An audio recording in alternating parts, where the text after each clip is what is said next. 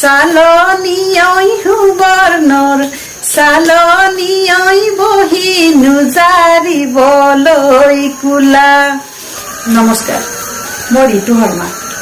সমূহ অসমবাসী ৰাইজক মোৰ আৰু ৰদালি ৰঙৰ তৰফৰ পৰা ৰঙালী বিহুৰ লগতে অসমীয়া নৱবৰ্ষৰ হিয়া ভৰা শুভেচ্ছা জ্ঞাপন কৰিলো। ধন্যবাদ। কি কৈছে নেহৰ মুগাৰে মহুৰা, অ তাতো কৈছে নে সৰৈ মাকো, অ তাতো কৈছে নেহৰ ৰঙালী বিহুতি,